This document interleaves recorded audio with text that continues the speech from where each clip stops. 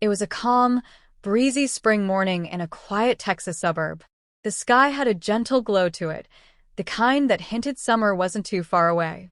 Olivia Sanders stood in her small front yard, watering the tulips she'd planted in March. Her soft blue scarf fluttered in the breeze, and the hem of her long cotton dress swayed gently around her ankles. Olivia had converted to Islam 10 years earlier, and her modest way of dressing was part of her daily life. To her neighbors, she was always kind, polite, and a bit of a mystery, friendly but private, warm but reserved. She didn't gossip, didn't drink, and always had a homemade dish ready when someone nearby fell ill or had a baby. Her 2 children, Elijah and Mia, were still asleep inside. Saturdays were sacred in her house, not for religious reasons, but because they were the only mornings that didn't start with a rush of backpacks, breakfast struggles, and bus schedules.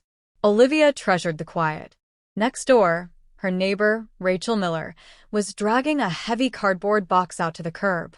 Rachel was a single mother, new to the neighborhood, and visibly struggling with the move-in process. Olivia noticed how she paused to catch her breath, her face flushed from effort. Without hesitation, Olivia set the watering can down and walked over.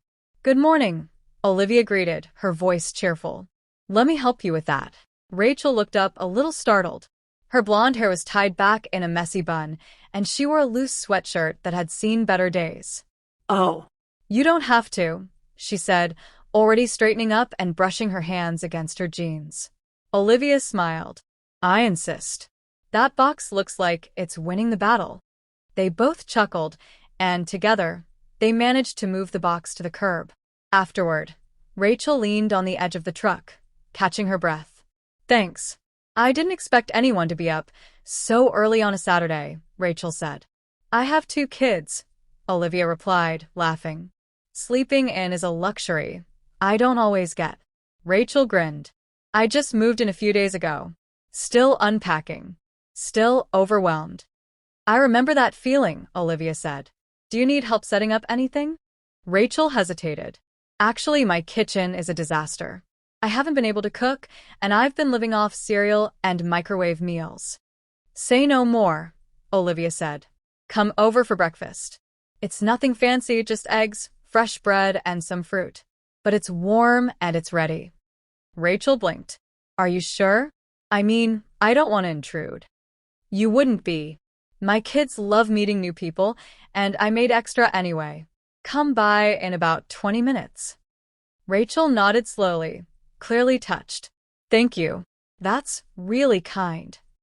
Back in her house, Olivia got to work preparing the table.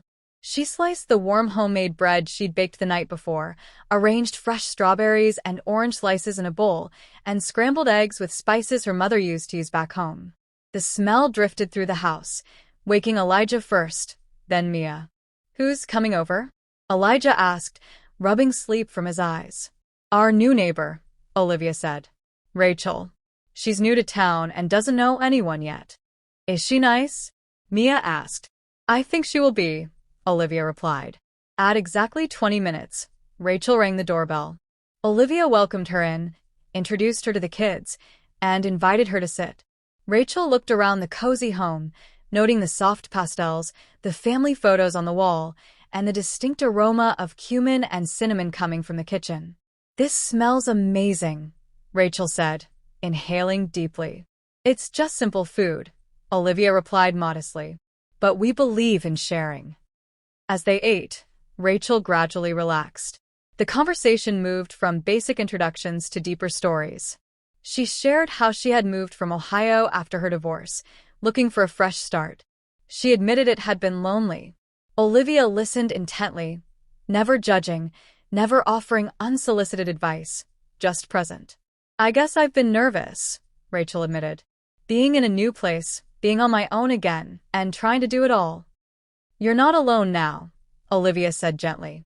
"You have neighbors, friends." Rachel's eyes welled slightly, and she blinked quickly. "You're very kind. I didn't expect this." Olivia smiled softly. "When I first moved to this neighborhood, someone welcomed me the same way. I believe in passing that forward."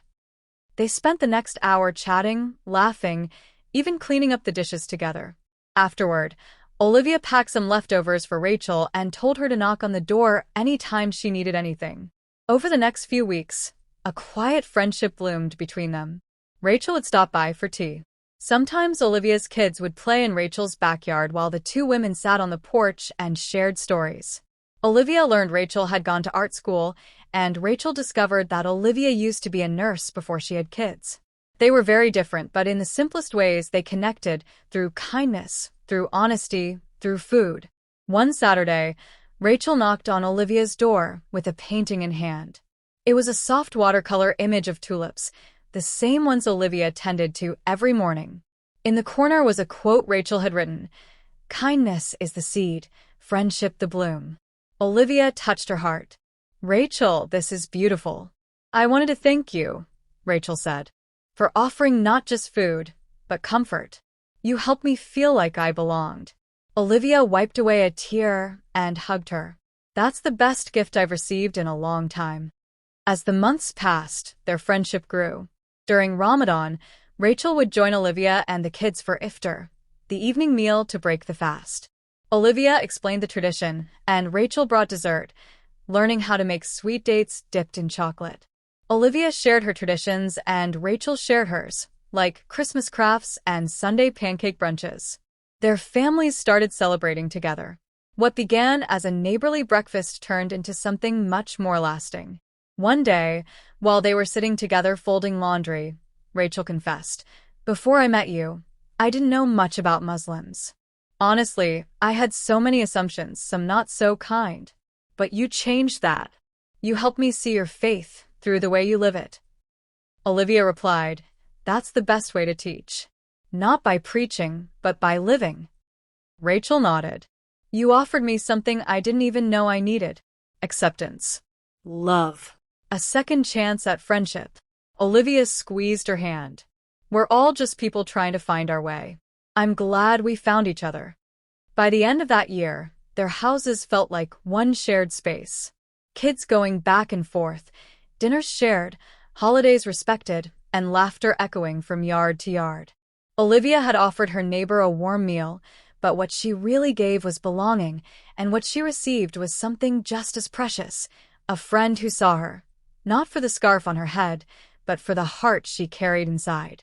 And in that little neighborhood in Texas, two families, different in background but united in spirit, built a quiet story of compassion, one morning meal at a time.